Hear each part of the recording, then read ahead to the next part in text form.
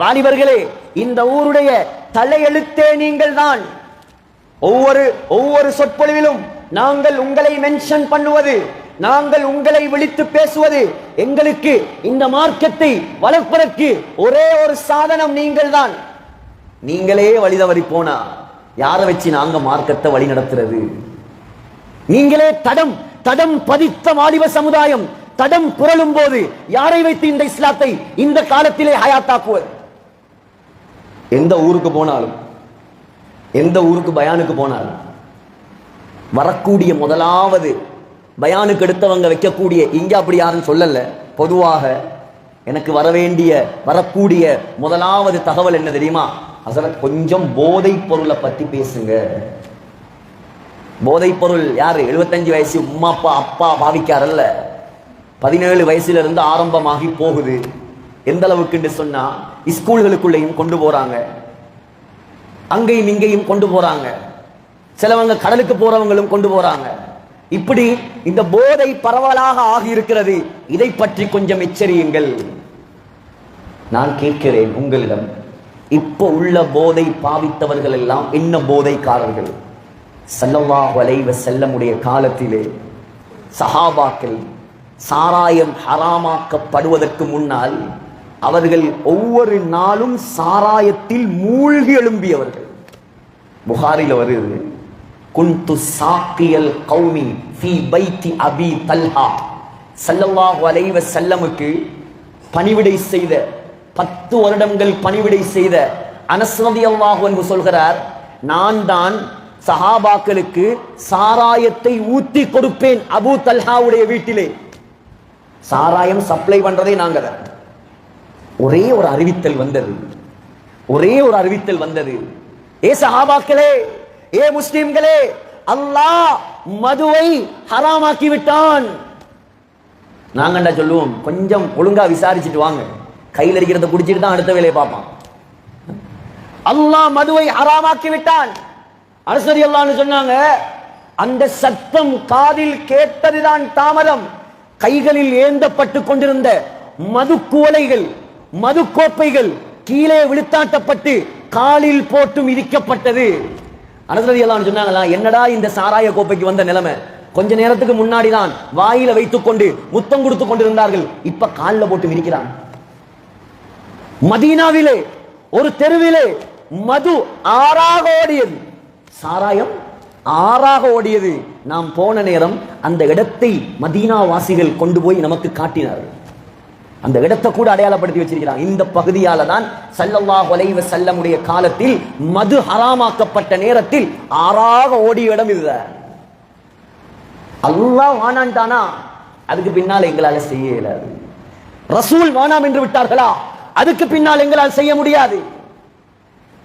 ஆக பயங்கரமான பாவம் இதெல்லாம்.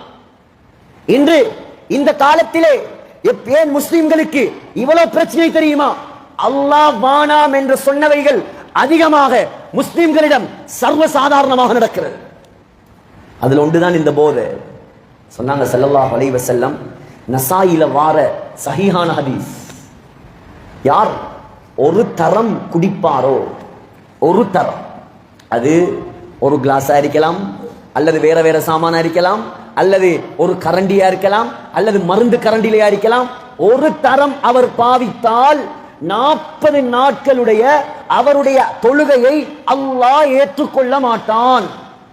ஒரு தரம். ஃபைன் தாப தாபல்லாஹு அலைஹி, தௌபா செய்தால் அல்லாஹ் மன்னிப்பான்.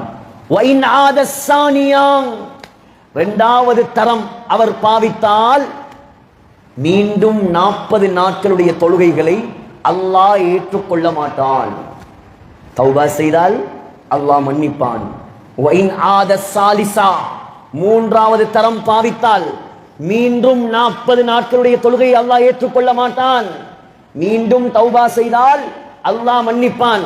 சொன்னார்கள் ஸல்லல்லாஹு அலைஹி வஸல்லம், வைன் ஆத ராபிஆ, நாலாவது தரம் அவர் பாவித்தால் கான ஹக்கன் அலல்லாஹி ஐயஸ்கியஹு மின் தீனத்தில் ஹபால், அல்லாஹ்வின் மீது கடமையாம் தீனத்துல் ஹபால்ங்கிற ஒரு ஜூஸ். நீங்க யோசிப்பீங்க, என்ன புதிய ஒரு ஜூஸா இருக்கு? தீனத்துல் ஹபால் என்று நரகத்திலே ஒரு பானத்தை அல்லாஹ் வைத்திருக்கிறான். அந்த பானத்தை இவருக்கு குடிப்பாட்டுவது அல்லாஹ்வின் மீது கடமை. கேட்டாங்க சஹாபாக்கள், தீனத்துல் ஹபால் என்றால் என்ன யா ரசூலல்லாஹ்? தீனத்துல் ஹபால் என்றால் என்ன?